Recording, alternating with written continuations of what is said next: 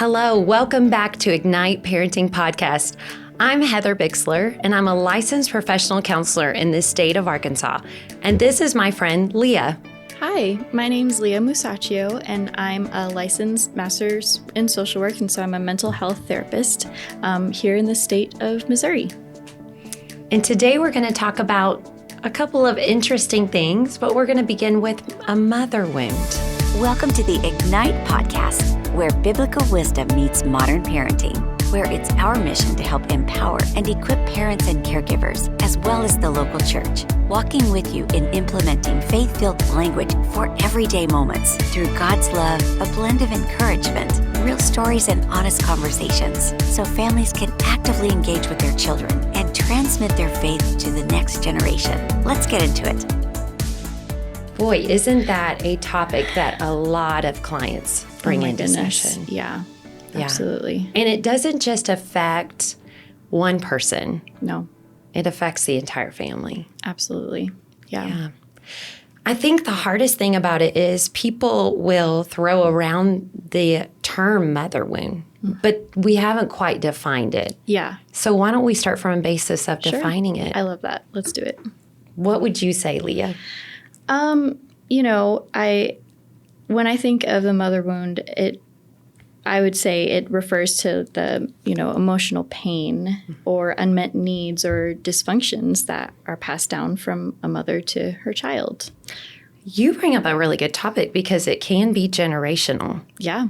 It is. And I mean, when we think of the word mother wound, there is a wound there. And what's interesting is people can carry it and not realize that they carry it. Yeah. Yeah. And when I was thinking of mother wound too, I was thinking of, the attachment. That attachment that's like so necessary in the beginning of life. And when that's not formed, that's detrimental. Oh, so much so. Yeah. So much so.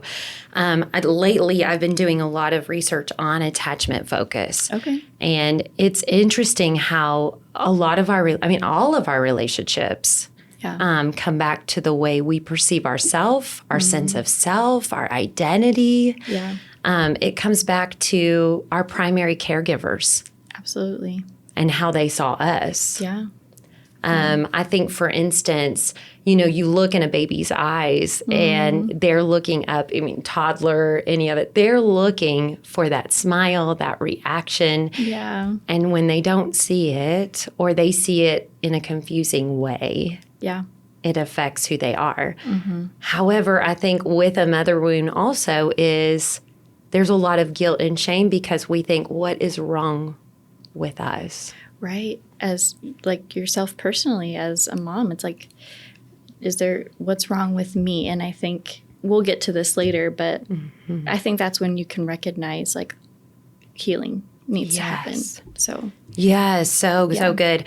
So I wrote some notes, probably like you I as did well. Too, yeah. But it could be, we think about it. It's the things that she might have done. So some people that are listening or watching, they're thinking, well, my mother wasn't a great mother, and it was because of the things she did. Yeah. But it could be because of some of the things she didn't do. Absolutely. And so it's like not showing love, not showing validation or affirmation, being maybe emotionally distant, or even putting pressure on you to be perfect. Yeah. Yeah, that's definitely a huge one that I've even heard just from my own clients.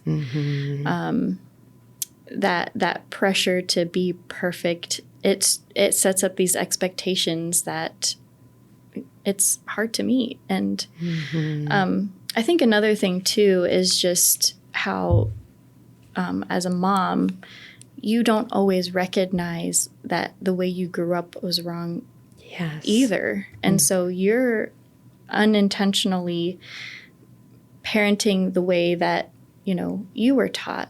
And as you recognize these patterns, that's when you recognize, okay, something's off.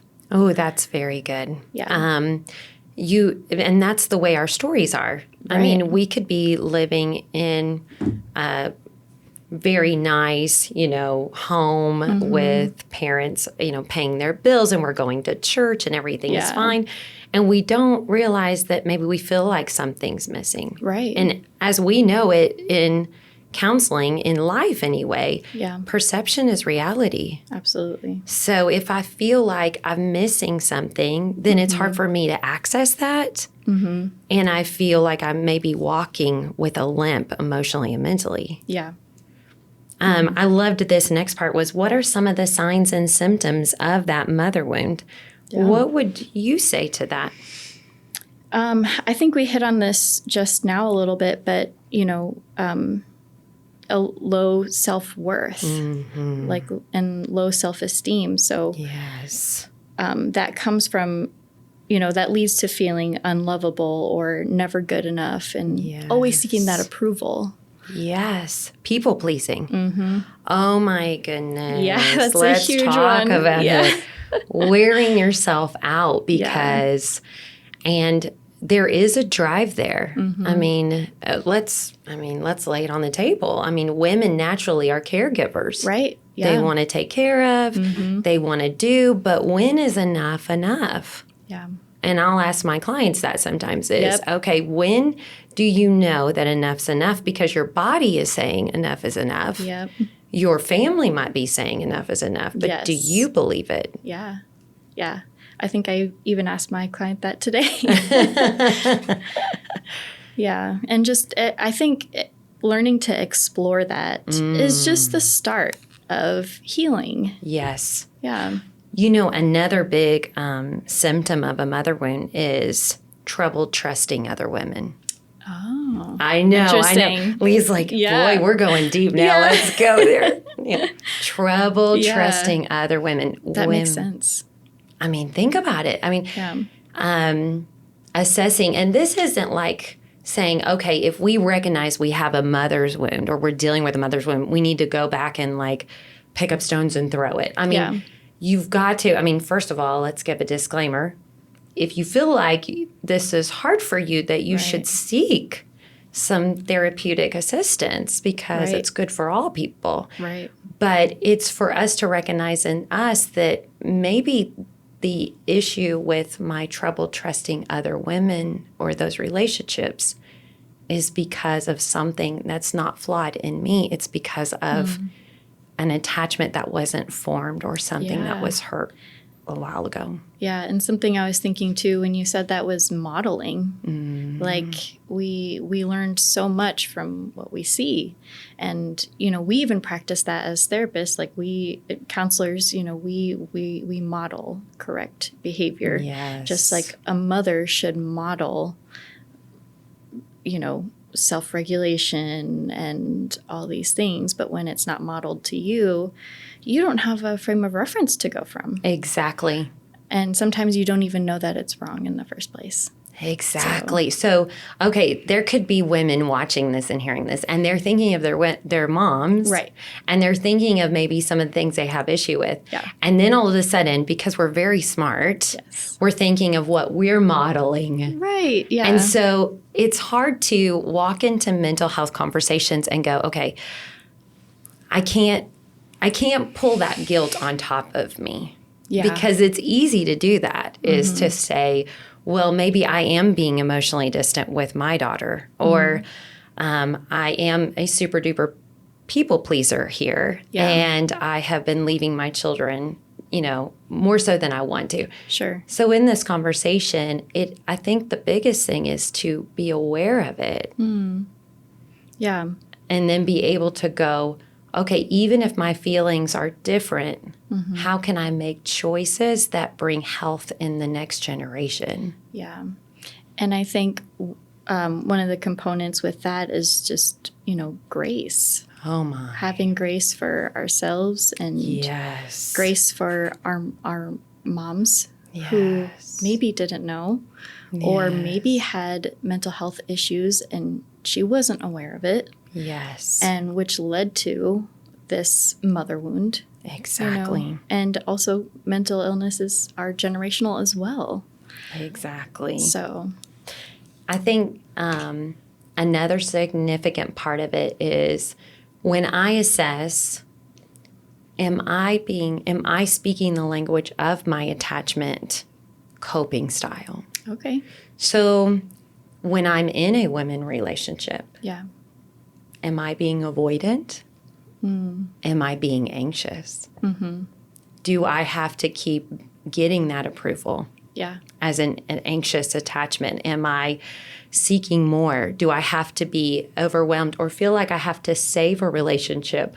Okay, here we go. Right. Like, do I always have to be available? Yeah. And it comes from an aspect that I don't feel secure. It's not that I'm just insecure, because that's hard to like, Yeah. it kind of is like, Yeah. ugh. Yeah. But I just don't feel secure in myself. Mm-hmm. And it might be an area where when I sit with it, I ask the Holy Spirit, God, show me, why do I get upset when that friend doesn't text me back immediately? Yeah. Or when that friend doesn't like my post on social media? Yeah. Or when I feel like I should have been invited and I'm not invited? Yeah. Then I just stop with women relationships. That's not a good area, because that's not trusting. Right. Yeah.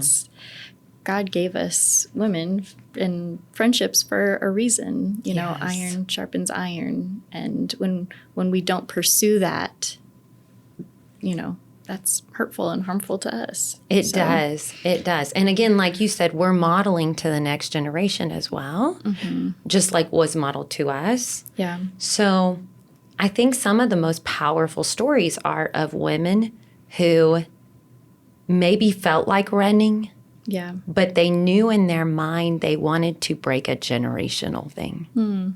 Yeah. Like, you've heard those stories. I've heard those stories. They might even be our stories. I mean, we don't. Yeah. Like, okay, I know I'm supposed to be avoidant of women in my family, or just women in general, or I'm supposed to be anxious and overwhelm myself with everything and try to save everything. Yeah. But cognitively, I have enough information now. I choose to not. I think that's such an important piece to kind of build off of. Yeah. So I think there's a question here. It was really interesting to me is, how is a mother wound different than a father wound?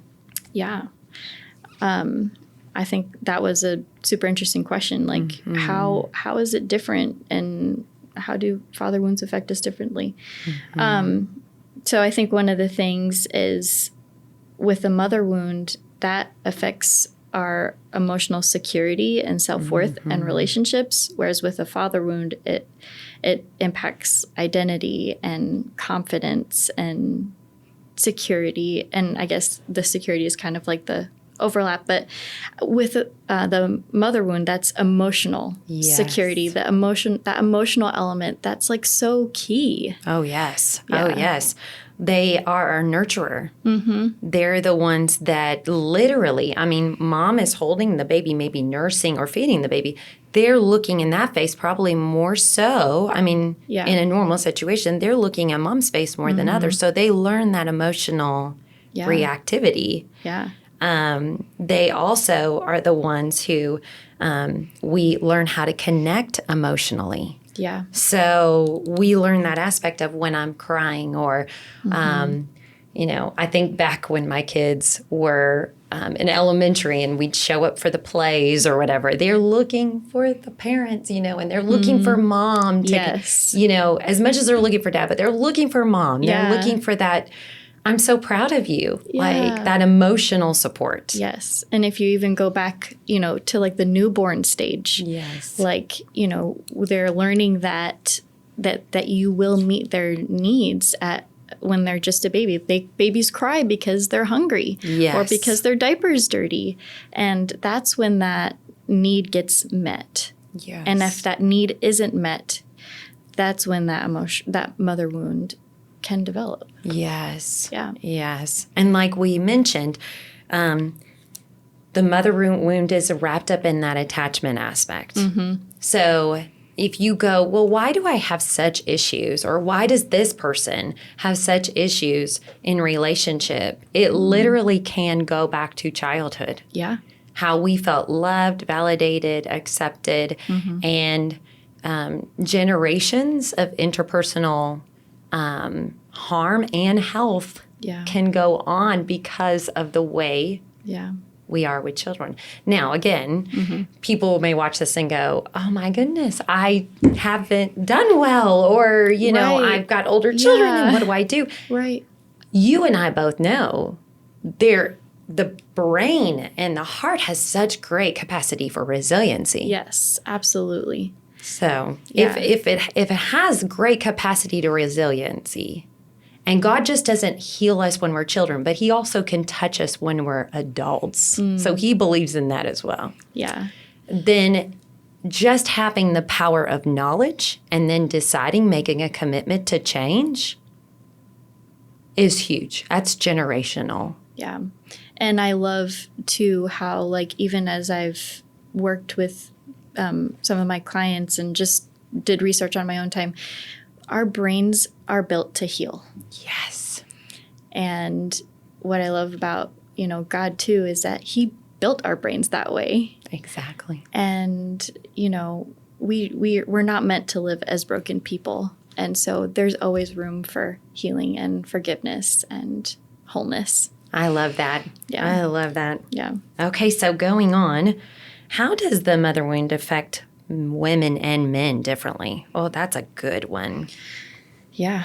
Do you want to start off with Sure. that one? I mean, for the women, it really affects them as women and as moms. It shows up about how they feel about themselves, their sense of identity. It shows up in feeling insecure. It's okay. You know how it really shows up, Leah? Now this is about to get real. How I speak to myself. Ooh, yeah. I mean, yeah, that was a mic drop, but I will not drop this one.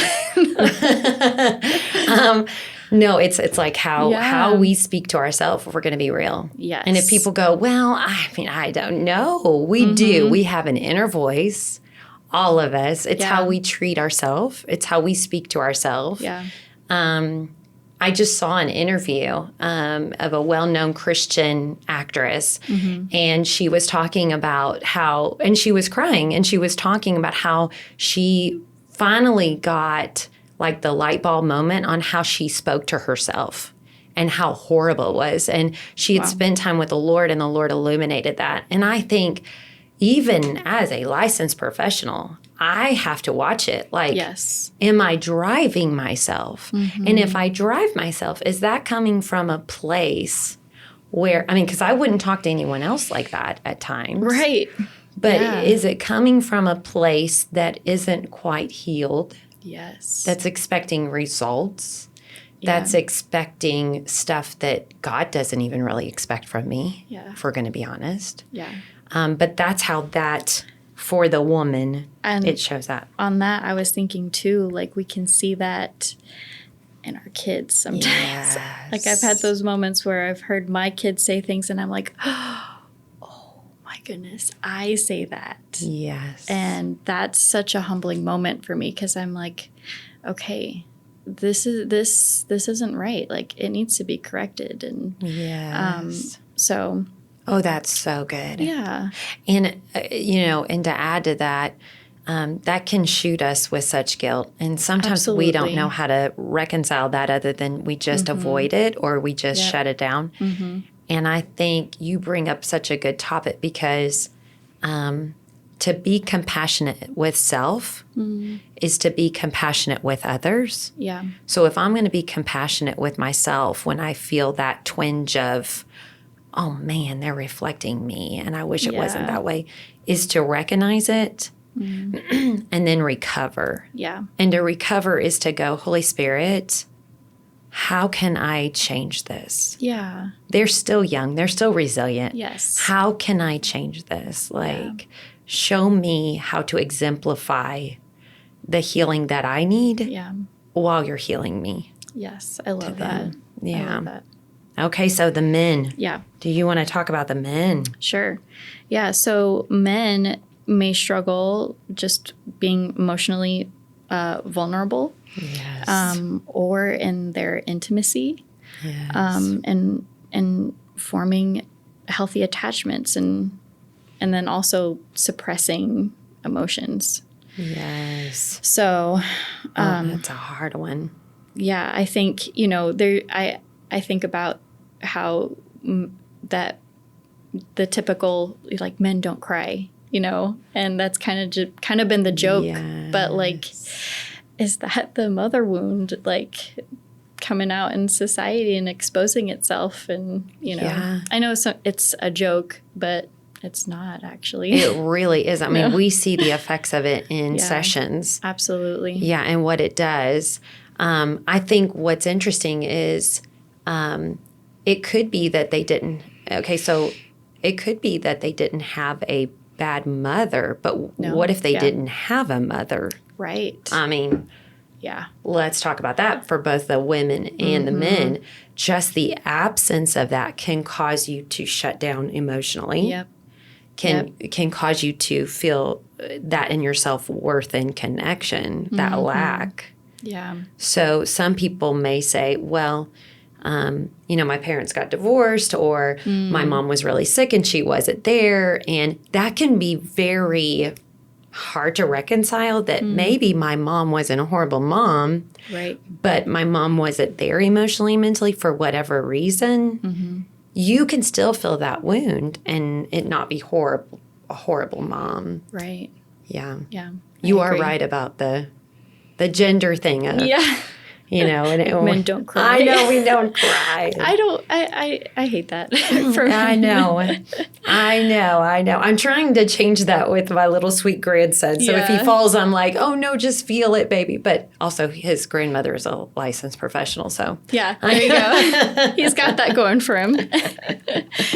So what are some of the first steps to seek healing from a mother wound? Yeah. And I think we've talked about this a little bit, but just acknowledging the wound in the first place. So recognizing, like, okay, does this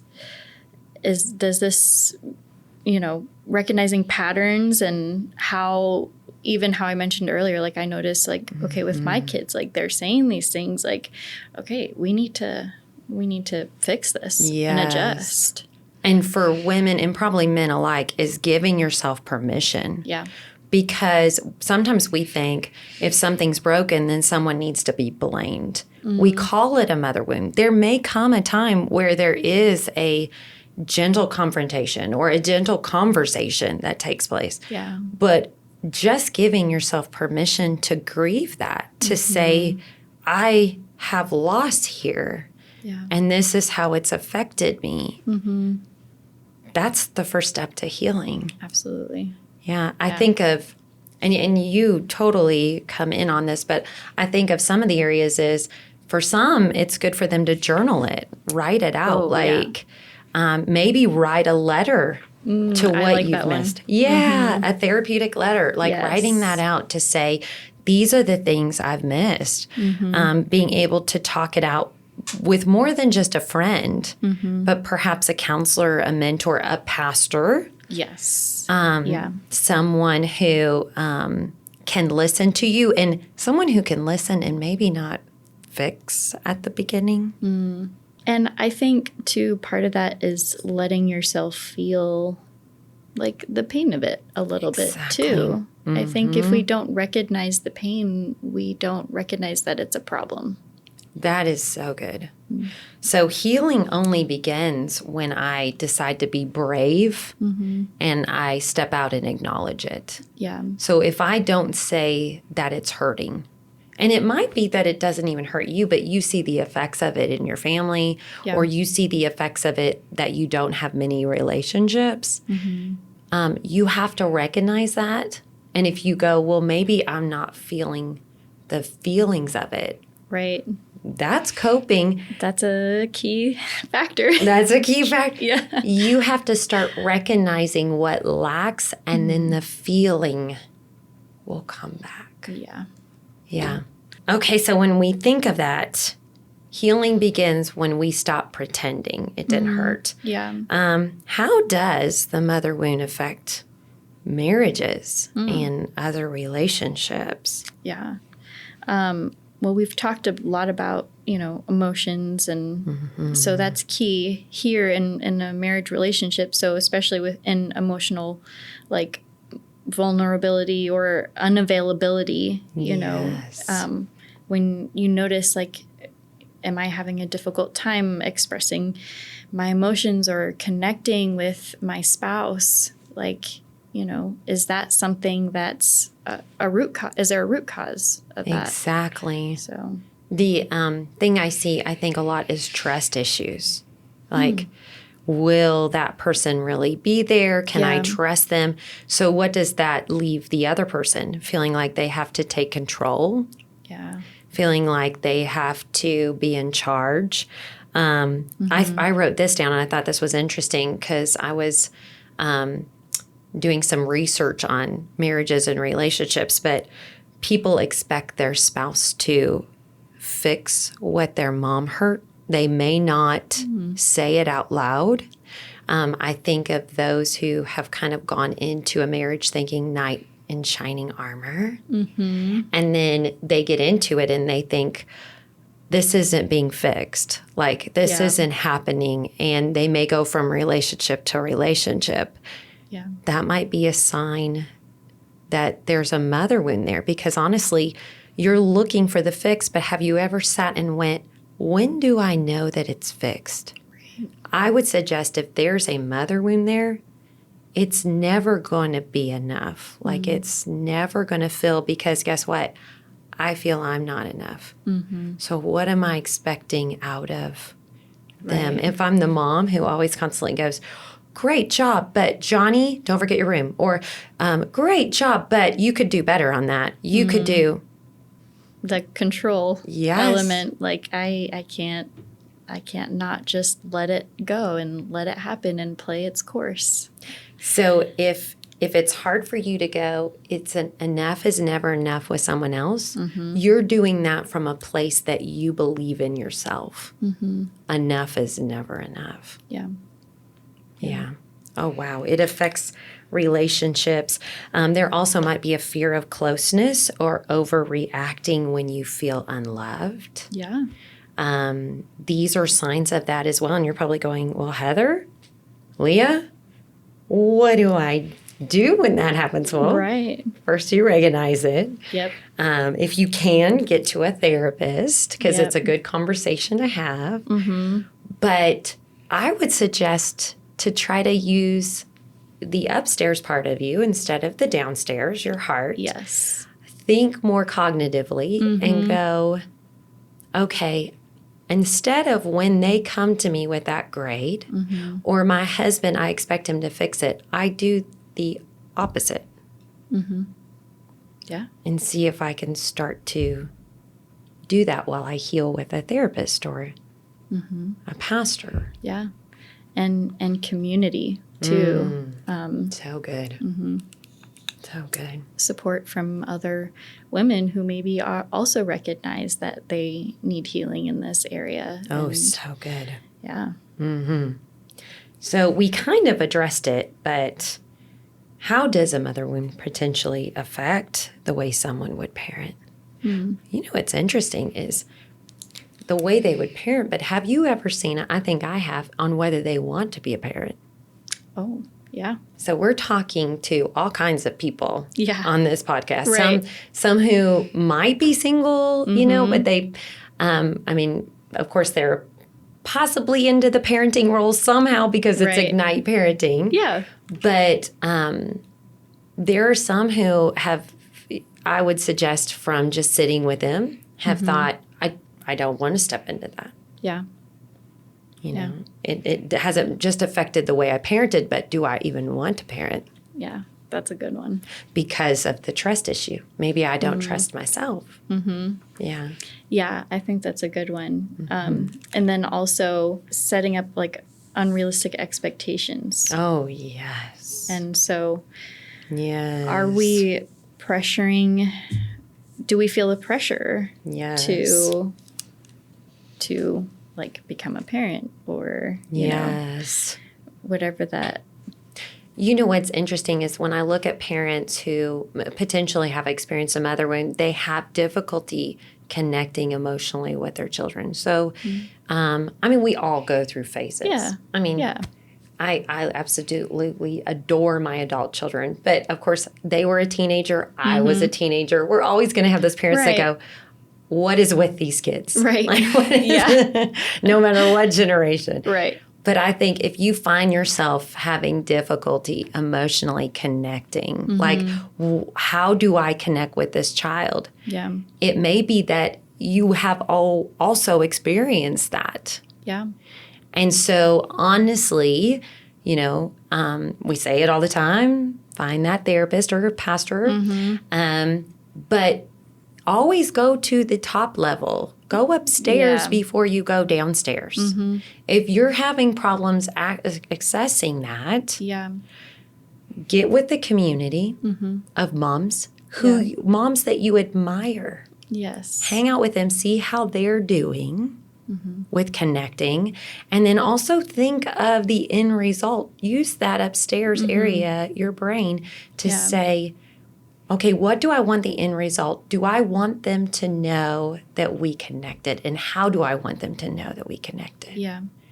And another thing too, another piece of that, you know, you've talked about like the heart and the mind, but I think also we're not always aware of what's happening in our heart and our mind, but sometimes our bodies or our behavior is a great indication of what's happening and what the reality is in our life. So maybe we find ourselves being angry or yelling or in excess, you know, because we all have moments where when we get upset. So I've been there, you know. I've had my moments of overwhelm, but at the same time, like if it's, you know, if it lasts, and you know, I encourage you to seek help, and it's okay, you know, to recognize that. You are so right. Thank you for bringing that up, because we just spoke about this before the podcast began, that we both deal with trauma-informed approaches such as EMDR. Some of our audience will know what that is. Some of them, if you Google it, you'll see it's a trauma-informed modality, its approach. And with that, the body is key. I mean, we can automatically become reactive. And feel it in our body. And it's a coping strategy of how we processed what happened when we were little, like the loss that we had or the lack that we had. And you're right. Those type of issues where I feel very reactive in my body, they need to be recognized and they need to be addressed. And if that happens, like I find myself yelling at the children and reacting in a certain way, that is a signal that I might need extra help, and that's okay. And maybe it's your spouse, and you recognize that, and, you know, it's okay to approach them with grace and love and say, like, hey, have you ever thought about this? Have you ever considered that maybe, like, there's some unhealed wound or trauma that you have? And being that support, you know, that's for them. So good. Yeah. That's so good. Even the scriptures talk about gaining wise counsel. And how that is. I mean, the book of Proverbs is full of, you know, seek out wisdom, chase her down. And boy, we need that when we're parenting. Yes. And when we're married. Yes. Oh, boy. I take that humble pill. Take that humble pill. So here's a big one. How can someone begin to seek reconciliation and healing from the mother wound without adding additional trauma? Wow. Yeah. Ooh, I would say almost immediately go slow. Go slow. Don't rush the confrontation. Don't rush the fix in the relationship. Focus on the healing. Focus on the healing. Sometimes we look at healing and we go, well, this one has to be wrong and this one has to be right. And honestly, it's this aspect of recognizing. And then I love the scripture that says, be still and know that he is God. Like, healing is a journey. It's never a destination. And it really doesn't take place if this person is wrong and this person is right. I could still be hurt. So it's, I mean, Please add to it. And I think, too, it goes back to that element of, like, control. And when we release that control to God, so much healing can take place. Yes. Because he, like I said earlier, like, God wants us to be whole and healed. So. And when we're talking of reconciliation, I liked what you said there in that aspect of him wanting us to be, healed and whole. We also think in lines of forgiveness. And forgiveness is an interesting piece because it's commanded from the scriptures. Yeah. But it is also a piece that must be almost like sacred ground. I think of reconciliation. If I know that this has happened to me and I have this mother wound, even if it's a beautiful family, beautiful situation, I would say set it up in your mind how it should go, how this should play out, and use boundaries. Yeah. Use boundaries when you're talking about it. Be honest. Be honest. And make sure that above all that you're kind, because you have to ask yourself, even though we're coming to a hard conversation, at the end of it, what do I want? Do I want her to be defensive? Right. Or do I want there to be healing? And I'm not saying like sugarcoat or cover it. I'm saying set that environment as much as possible. You can't control her. So it may be that there is just going to be defensiveness because no one likes to have these type of conversations. No. Yeah. But if you are, set it in your mind, what is the end outcome I want? Right. How do I utilize these boundaries? I will honor you, Mom, with my honesty. Yeah. And above all, the kindness. Yeah. I like that you hit on those points because I feel like boundaries can get confusing. Yes. And be used in a not helpful way. Yes. And I think, a boundary, when it's helpful, will result in healing. And so I liked that you said we need to have an end goal with this. Because if there's no end goal, it's like, well, I'm just setting this boundary because, well, I don't know right now. But and sometimes, maybe there needs to be, that distance for healing to happen. But, I think having that end goal is just so important. So important because we have families within families. And so we know internal family systems. Right. And that's a grandiose way of saying why we do what we do within our family. Right. And so we could go, okay, I have all this information. I feel like the Holy Spirit is starting a healing work in me. But if we don't have a game plan, we could create another coping or another cycle of dysfunction within a cycle of dysfunction. Yeah. And it's not our fault. No. We just, admittedly, if it's an anxious person who's walking in there and they're like, okay, I'm being brave. I'm going to have this conversation with Mom. And they walk in there and it goes south, they may take responsibility for things that they don't need to take responsibility. And then Mom's able to come in and go, okay, I'm shutting that conversation down. Yeah. And it may not be because we have two horrible people here. It's just, it's too hard and maybe you needed a third party. Yep. Such as a therapist. Yes, and that's what that was literally what I was going to say is we need to adding that element of therapy and counselors, it's just so practical. It is so practical. Yeah. So honestly, I would say above all, maybe you want to walk in those waters. However, if it is a deep enough wound, having that third party there is not a bad idea. Yeah, helpful. Yeah. So what are some of the safeguards someone can put in place to avoid repeating those negative patterns in parenting? That is so good. One of the things I wrote down, and I thought this was really good, is pause and ask yourself, is this how I want to be treated? Yeah. Is this how I wanted to be treated as a kid? Yeah. So how I'm treating my child, is that how I wanted to be treated? It's interesting because people can get older and they go, I am not going to be like my mom. I'm just, I refuse. I would rather die is what I've heard. Yes. And I would rather die than to ever be like my mom. However, if you're not fighting it. Yep. Just wait. I know. So you have to, self-awareness is a huge thing. And self-awareness in interactions, like, is how I'm treating this child right now the way I wanted to be treated. If that's not, it's not too late to put a pause. Yeah. And I think along with that, like, if you didn't have a good example, like seeking a mentor. Yes.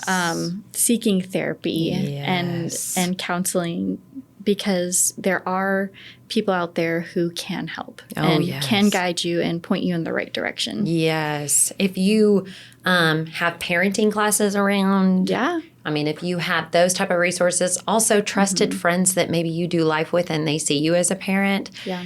Maybe that's a step of faith, and maybe you trust their advice and just say, hey, can you, now this is a tough one. I'm going to give you permission to speak into my life. And if you see, I mean, this is hard. Leah. This is hard. I mean, come on. But if you see me acting this way, tell me. Now, if you're a person that's given to defensiveness, you have to like go, okay, this is going to be stretch for me. Sure. How bad do I want healing, or how bad do I want to walk into this? So, okay, I will take it in, and I might even communicate to my friend. I will take in your information, and then I need to go, like, process it. Sure. I got to go. Friend or spouse, Yes. I'd say. Like, because if you and your spouse are recognizing this and working on it together, I mean, who better to be unified with on this and get that feedback? Because, I think sometimes our spouse, maybe it's hard to hear things from them at certain points, but, like, they are the closest people, and we can...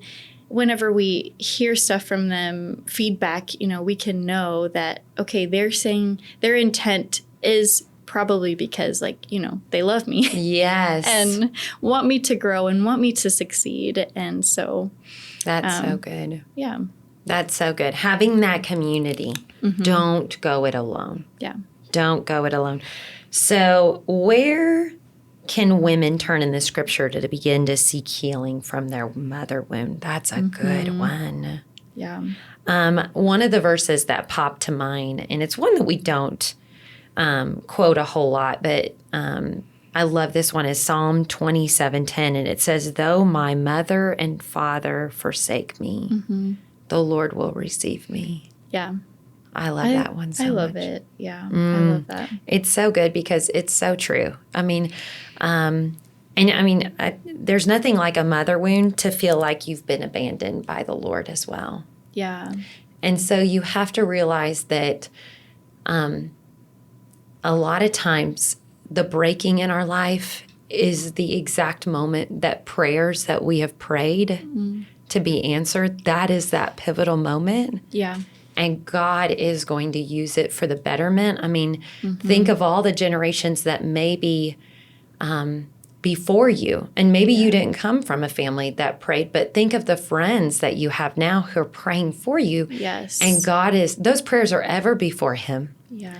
And He is going to use literally what the enemy meant for evil to go, now is this time. I love that. And so to remember, you have to remember in your upstairs area that God is for me, that God is not against me, that what happened with my mom was not because God wasn't there. Right. It's because of a broken world and that He has a plan for our brokenness. Yeah. And I love that verse. It says, the Lord will receive me. Like God, the Lord is our perfect Father, our perfect parental figure, like although my father and mother forsake me, like I know I can turn to the Lord and He will always be there. And I know I can learn from Him and glean from Him through the scriptures. And I love that. I love that. Did you think of any verses that you had in mind that was like...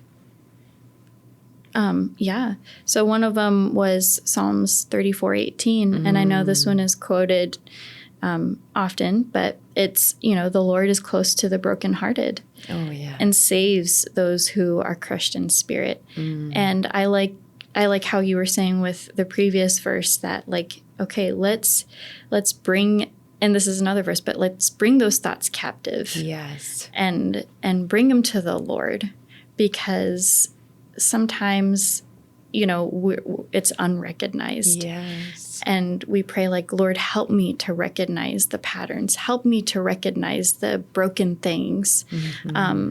Help me so that we can have wholeness in our family and in our lives and in my life, Oh, I love that. I love that. One of the verses I saw was Isaiah 66:13, actually. Okay. And it talks about God comforting us like a mother. Ooh. And I thought that when I was looking this up, I was like, wow. Yeah. If we look in that way, now for some of us, we go, I cannot see God as my mother because I'm so wounded. I'm like, I cannot. But look at what the perfect mother, like in the perfect world God created for us to be, would be that nurturing. Yes. That comforting, that non-judgmental peace, that peace where I feel safe. Yes. God is those things. Yeah. I think of just, those intimate times even with the Lord, like just how safe and loved I feel. And, there's not even my mom, I love her so much, but like the Lord, he just is my comfort and my safe space. And I love you, Mom, but and Jesus. I love that. Yeah. So how important would you say, Leah, is healthy community church and parenting, especially with those with a mother wound? Yeah. I think, we've talked about it a number of times, but it's just so important to have those people to have good modeling from and accountability. Yes. And I think also there's a piece of it of receiving too, that those words. And we talked about that a little bit too with our friends and our spouses. Like, it's hard to hear that sometimes, but I think it's those elements are so key. Community is so important. I mean, we have the illustration of like the wolf and he's coming after the sheep and he kind of like gets the one away from the 99. And then, Jesus goes after the one. It's so huge, church, because church brings us back to the 99. It brings us back into that fold. It causes us to have hope. Yeah. And hope is huge when you're trying to heal. Yes. Accountability and relationship. I think of my church, the church I go to, and all of the elements. There's nothing like the church. Yeah. There's nothing like the church because it's not just a good community group. It is a place that leads me to the Lord. Yeah. Who is what? He is the wonderful counselor. Yeah.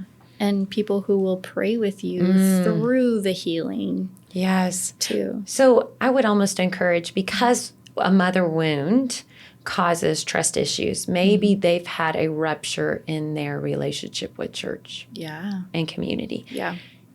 Don't let your wound or your hurt or your feelings in that way keep you isolated. I love that. That's so important.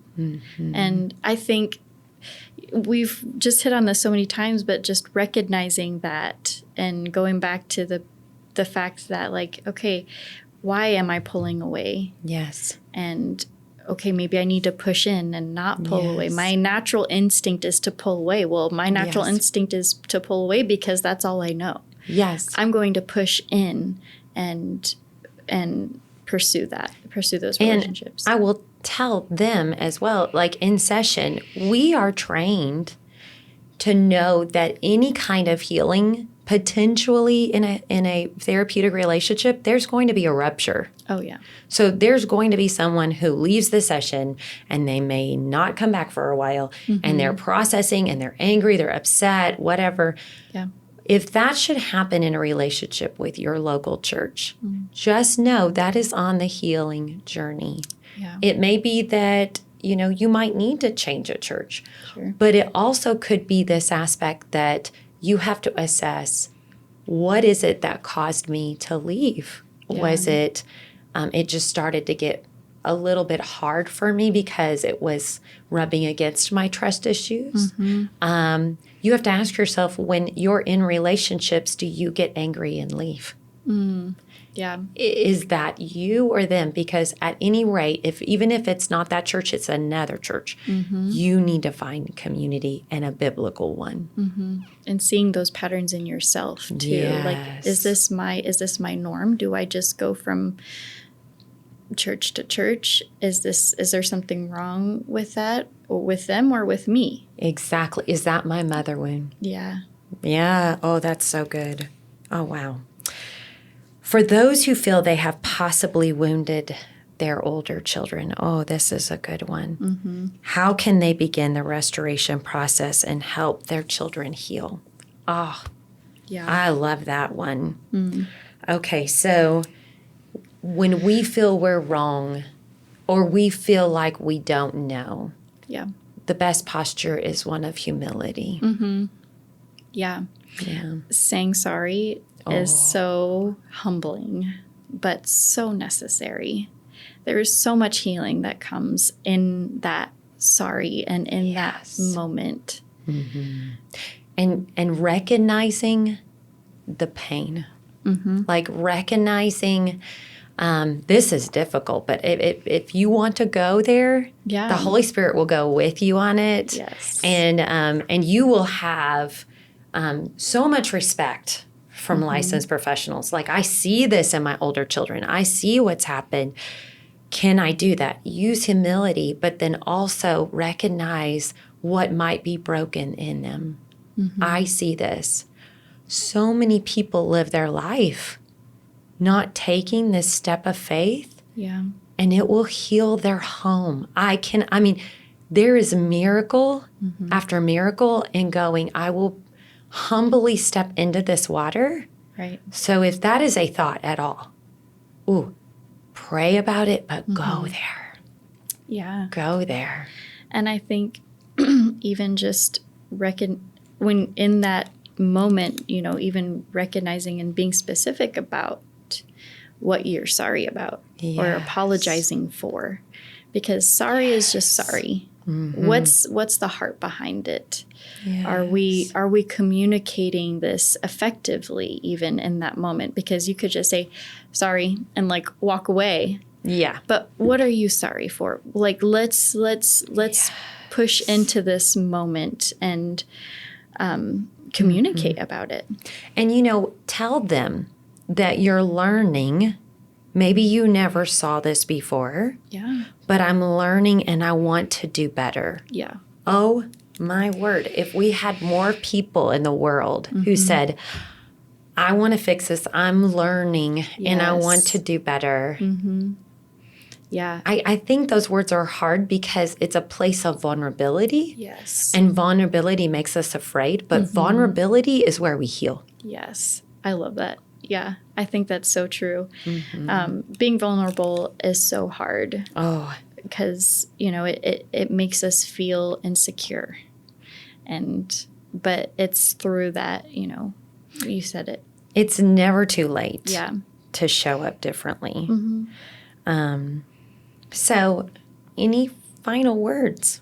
Any final words, Leah, that you would like to add? I think we said this too in the beginning, but it's just, healing is a journey. And it's not going to look the same for everyone. Yes. And the way it presents itself looks differently in each individual.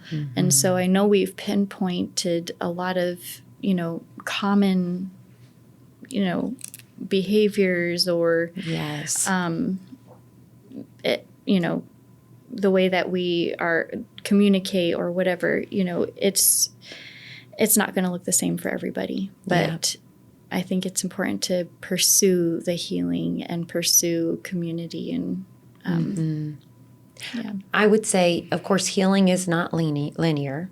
Yeah. So it's not just you jump on and then you're going to jump off. It's not like a light switch in the room.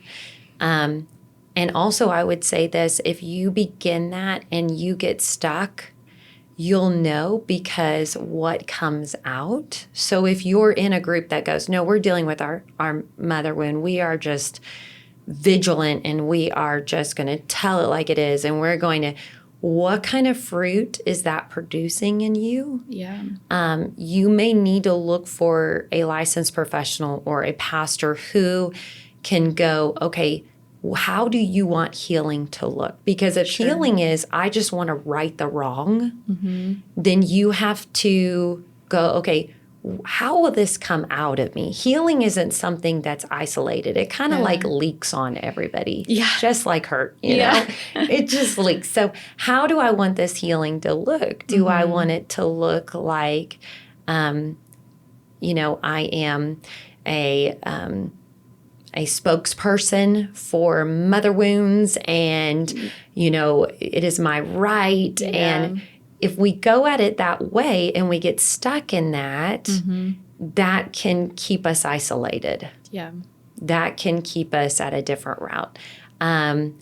If you look at it and go, I want this to change the generations in my family. I want to have an atmosphere, an environment of peace, even amongst the chaos of the broken world, I want this to produce something amazing in me. Yeah. Then go with it with that kind of goal in mind and know if I get stuck, okay, what is happening? What is my personality? What is the stuff that's coming out of me? Is it not great? Yeah. Then I need to revisit that. I need to revisit it. I think having a combination of, community and therapists and counselors and pastors and mentors, just, maybe we do want to, be a spokesperson for it, but at the same time, like, are we getting help in other areas and getting the accountability and the mentoring and the therapy for it? Almost that fruit for it. Yeah. Yes. What is that fruit that is coming out of it? Yeah. So this has been so good. And thank you so much for joining us at Ignite Parenting with this wonderful conversation. Yeah. We hope you join again. Thank you for joining us in these powerful conversations that support real talk on navigating faith-based parenting. And if you love this episode as much as we did, be sure to like and subscribe so we can invite you back, and connect with us on our socials, Ignite Parenting on Facebook and Instagram, or visit igniteparenting.com. We hope we've inspired you to learn and grow in raising lifelong followers of Jesus, building our church, our family.